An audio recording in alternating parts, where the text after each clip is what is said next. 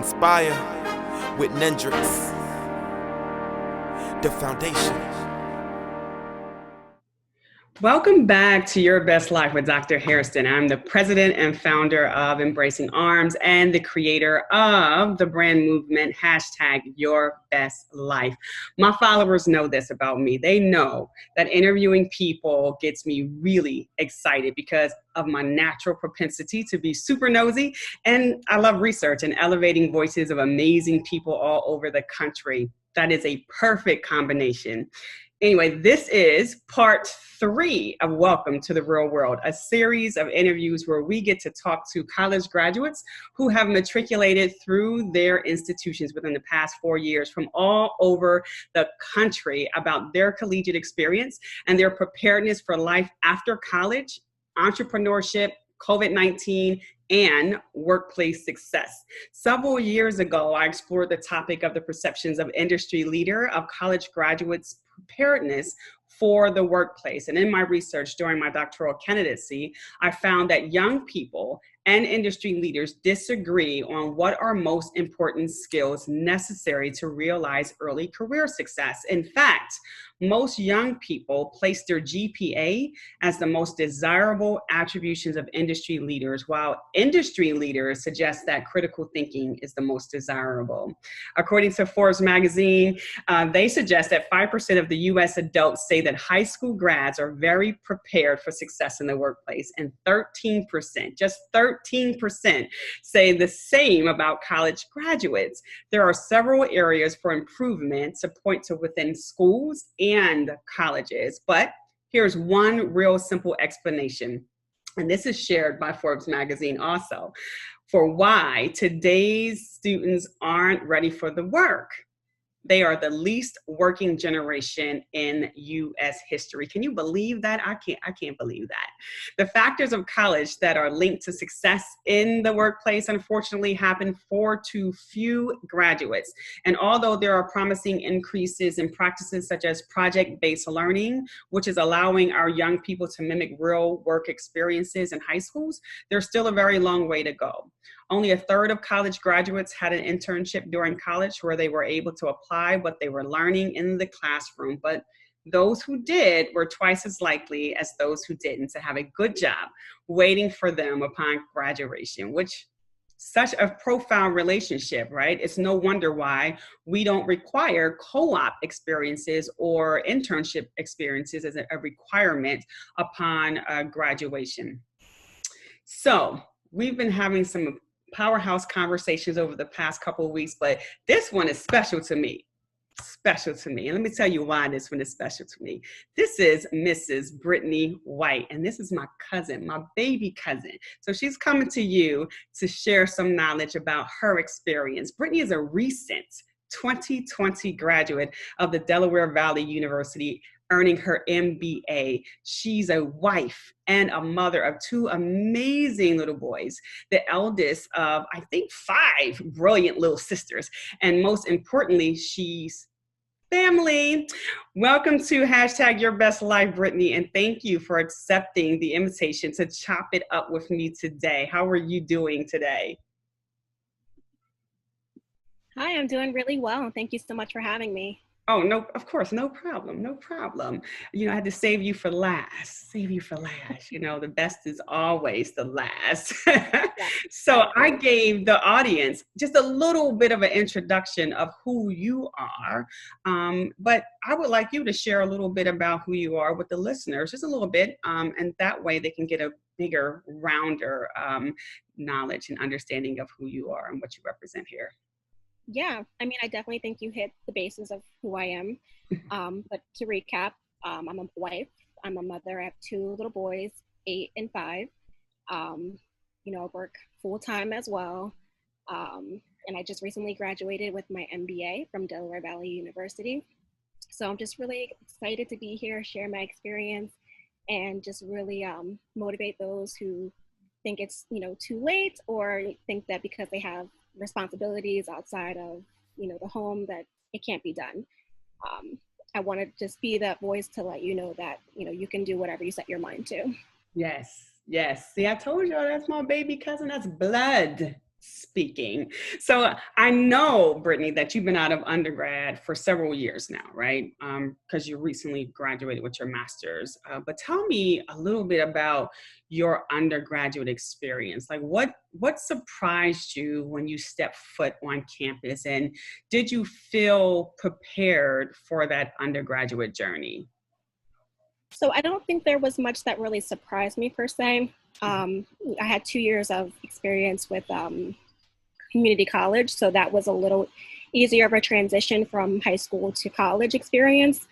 So I think having that 2 year of community college really helped prepare me for a bigger university such as Delaware Valley University. Mm-hmm. I had a lot of introduction to college from my high school experience, so I felt pretty prepared in entering my college years because I had a lot of practice and a lot of examples from my former teachers to let me know what to expect. Okay. So what do you think was like in high school? What was the one thing that you can remember that really you felt like was the anchor, like that really prepared you for that collegiate experience? If you can remember, if it could be an activity or person or situation that you were in that prepared you the most. I think just my entire high school experience. I mean, I always knew that I wanted to go to college. I wasn't sure on what platform, if I wanted to go straight to a 4 year university or if I wanted to, start with the community college experience and then go on to, a 4 year university. And I think just meeting with my homeroom teacher and just discussing the differences between, a 4 year and a 2 year college and really weighing the pros and cons of, having that community-based college, having it be an easier transition and knowing that my credits would transfer smoothly to a 4 year university really helps make the decision for me a little bit easier as far as where I wanted to go and what I wanted to do, because I really wasn't sure at that time as well what I wanted to major in. So just having the option as far as, you can go to this community college, you can take general education classes towards whatever major you decide on, really helped to impact my decision as far as where I wanted to go to college and really helped me to decide what I wanted to major in altogether. Mm-hmm. And isn't significant that you mentioned that transition from community college was a really good catalyst for you also, because you had that experience first. And that was something that I did. I was a young mom. And so, of course, my mom was like, yeah, you're going to community college, And so I went to community college, and it was actually one of the best collegiate experiences that I had. It was a little more tough than I expected it to be in community college. And I'm not quite sure why it was, so tough, because everything that you would have probably heard before getting to community was like, oh, she goes to community college, that's easy. But no, it was really, really difficult for me, especially as a young mom. So yeah, thumbs up to anyone who's thinking about going away to college, but little, want to get a bit of a transition. Look at your community colleges. There's some amazing community colleges out there. There was I read a study just recently, a California State Sacramento study found that students who got involved on campus had higher rates of retention and graduation, as well as higher GPAs. And another study at Purdue showed that among students with a GPA of 3.0 or higher, the GPAs of campus organization officers tended to be even higher. So I'm always encouraging my mentees, my family members, to get involved, my children to get involved in campus experiences, especially opportunities that will help them to develop their soft skills like critical thinking and conflict management and teamwork and, anything that's around like effective communication. That's a big deal for me. What soft skills do you think was necessary for you to be successful during your collegiate experience? And what programs or organizations or maybe even people, as I mentioned earlier, helped you to develop those skills while you were in college? I definitely think some of the most important soft skills is communication, teamwork, self-leadership. For me, were very important because, especially in my situation, a lot of my undergraduate and MBA studies were online. And especially with COVID, they were, online based. So for me, it was a lot of being self-dependent, self-reliant, making sure that I stayed on myself in order to get my assignments done on time and that they were up to par. Mm-hmm. So for me, and even being at home, you think that you're online and you don't have to work with a team. That's not necessarily true. There are, some classes where you're going to have to work with other people. So being able to communicate with all facets of life and being able to, work with a group of diverse people who may not share your same thoughts and opinions, that's really important, not only in college, but in the real world as well. Mm-hmm. So I think those set of skills are definitely important, not just in college, but beyond that as well, because you're going to see a lot of those soft skills come up time and time again with basically anything that you endeavor. Right. Even in your home, you got to tap into that, even as a spouse, you have to tap into some of those. So how do I deal with this conflict here? How do I deal with this? So I definitely agree with you on that. And I know that working, having classes online, which is basically where many of the institutions are going to go towards, coming this fall. I mean, unfortunately, for those of our young people who their learning styles is so different that, this online platform just may not work well for them.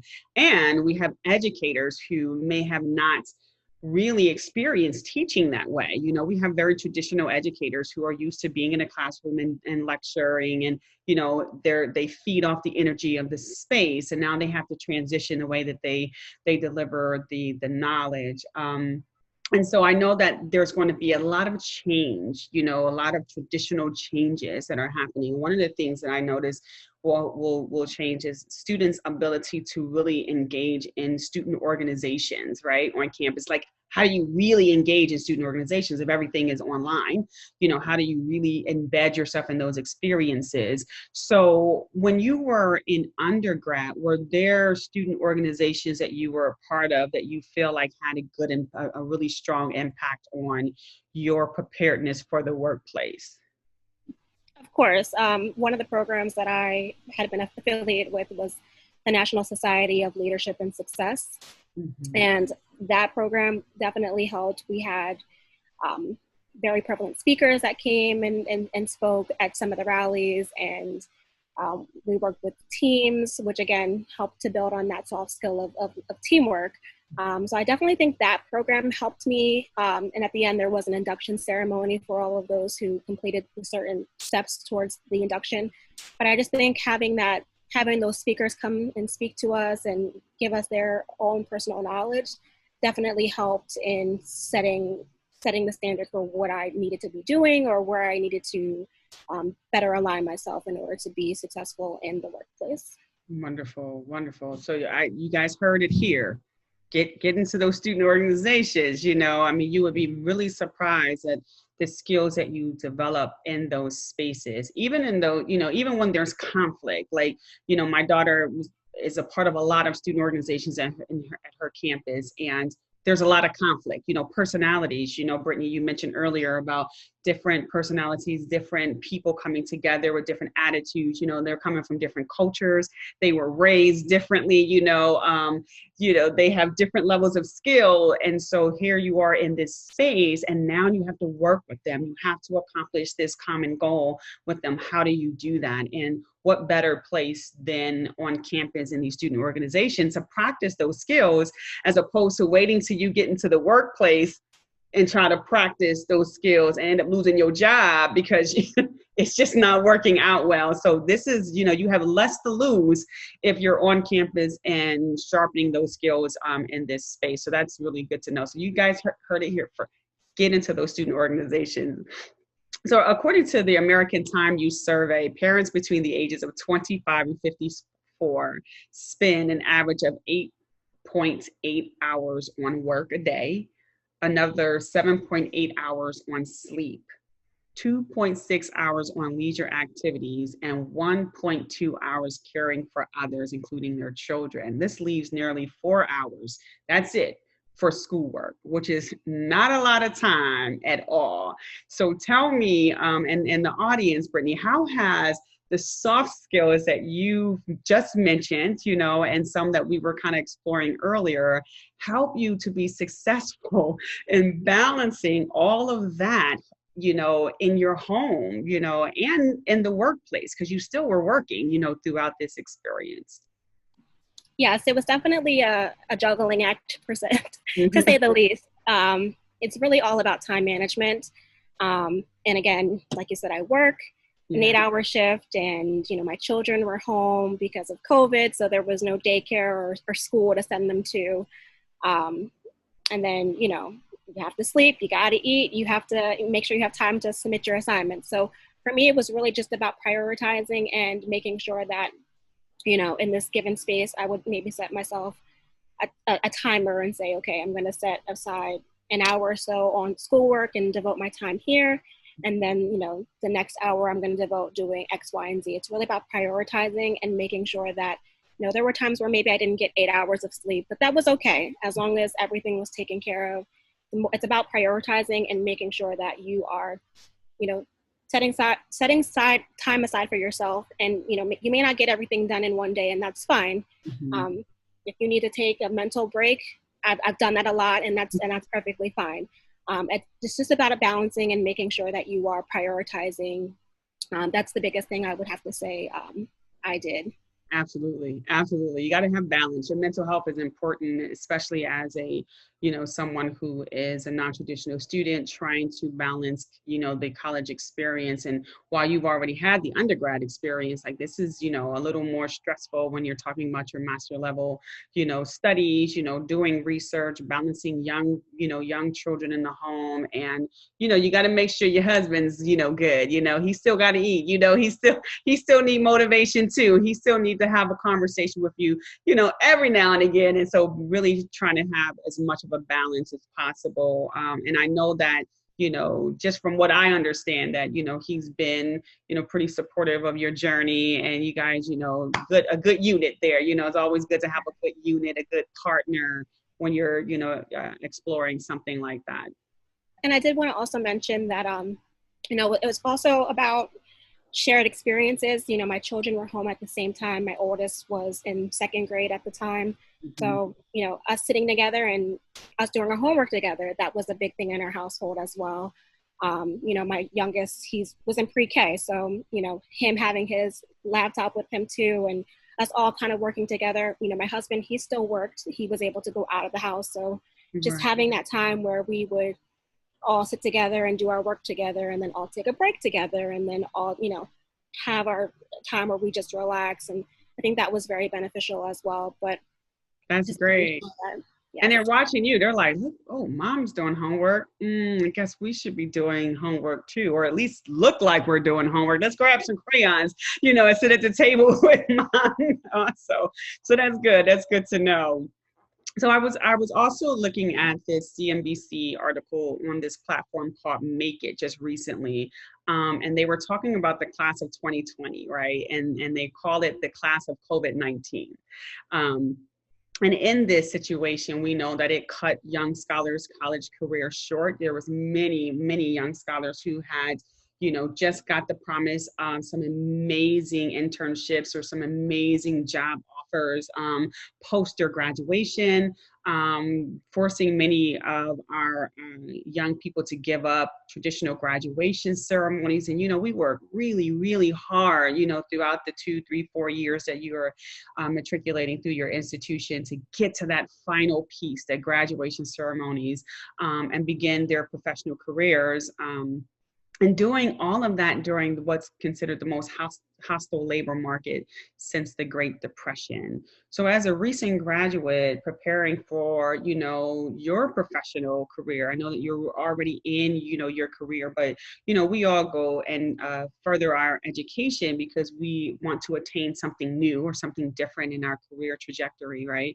And so as you're preparing for those opportunities and looking forward to celebrating your milestone with a graduation, maybe a graduation party, party, the formal ceremonies, you know, the moving of the like all of that means so much. At least it meant so much to me. How has COVID-19 impacted, you know, your mental health, impacted your spring experience, you know, and your family dynamic overall? It definitely was challenging. You know, we were all cooped in the house together, and we had to learn to love each other a little bit more than we liked. But I think mentally we were all pretty well. We just kept focusing on the positives. We were healthy. We were happy. So I think that was the most important thing to remember. So mentally, you know, we were pretty. You know, from speaking for myself, I was pretty positive in my outlook. Although I was disappointed that there couldn't be a formal ceremony, or, you know, that there couldn't be a celebration for my master's degree. You know, I was fortunate enough to be able to have that celebration and that experience with my undergrad, which, you know, looking at others' experiences who, you know, didn't have one at all, you know, I felt pretty fortunate. So I really wasn't that upset. Even though this was a big accomplishment, it was more for myself and not necessarily for anything. I really wasn't looking for anything with trying to achieve my master's degree. It was really just for myself and for my children, to let them know that they can do whatever they set their minds to, regardless of the age, regardless of how much time has passed. So for me, we celebrated internally with just our little family of 4, and that was fine. You know, we had our little cake, and we had, you know, shared laughs, and it was great. And, you know, we'll be able to have a bigger celebration next year, when we do have the official ceremony in May of 2021. So That's that keeps me motivated, and, you know, keeps me looking forward to what's ahead.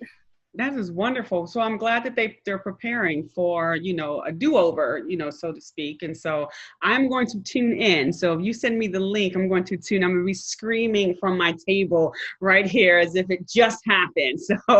So congratulations to you on that. So what advice, you know, would you give other young moms like yourself who's been considering returning to school and possibly nervous about balancing it all, especially during this time of uncertainty? What type of advice would you share with other moms? First of all, just the thought of even going back to school, that's an accomplishment in itself, because, you know, a lot of people aren't willing to take that extra step. You know, the time has passed and things aren't necessarily the way that you envisioned, and it can be a lot. It can be overwhelming. So for me, I would say just take it one step at a time. Things aren't going to necessarily be what you think they're going to be. There's going to be challenges. There's going to be highs. There's going to be lows. I really just encourage mothers to just ride the wave, enjoy the experience, because once it's over, it's over. And, you know, I wish that I had taken this advice myself, because, you know, I was so eager to just get through the classes and to just have that title behind my name, because I had my children so young. I just wanted to be able to have that. So for me, I would really say just enjoy the experience, enjoy the moment, because you're only going to have one experience, and, you know, your children will be looking at you as an example, and you want to make it count. Wonderful. That's amazing advice. And we do know that, you know, all the data that we show, African American females are becoming the most educated in the country. And so, and I'm not surprised, you know, we're brilliant. And so we want to encourage all those who are out there really considering and thinking and pondering if this is the right time.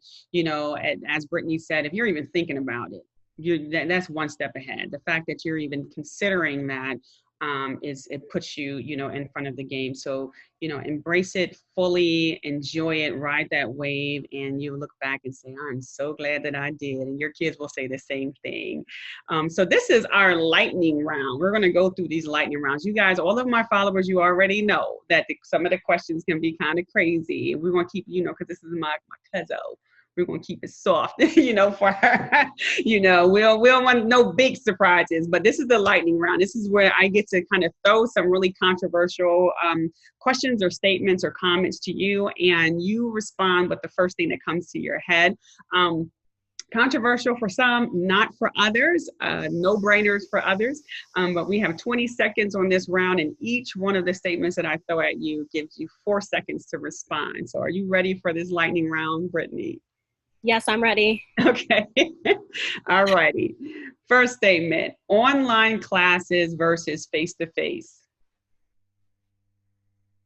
I think that online for me was personally better. For me, it just challenged me to be more dedicated and focused, although it's personal preference. Right. Awesome. Parenting stress versus college stress, which is worse? It's a good one. They're pretty equal out, I would say. They both have their moments. Parent stress. Okay. All righty. Black history as a required course in high school. I agree. I think it's definitely necessary to have, especially in today's times. It's a necessity. Awesome. Student loan forgiveness. I agree on that as well. I was fortunate enough to have a lot of to not have a lot of loans.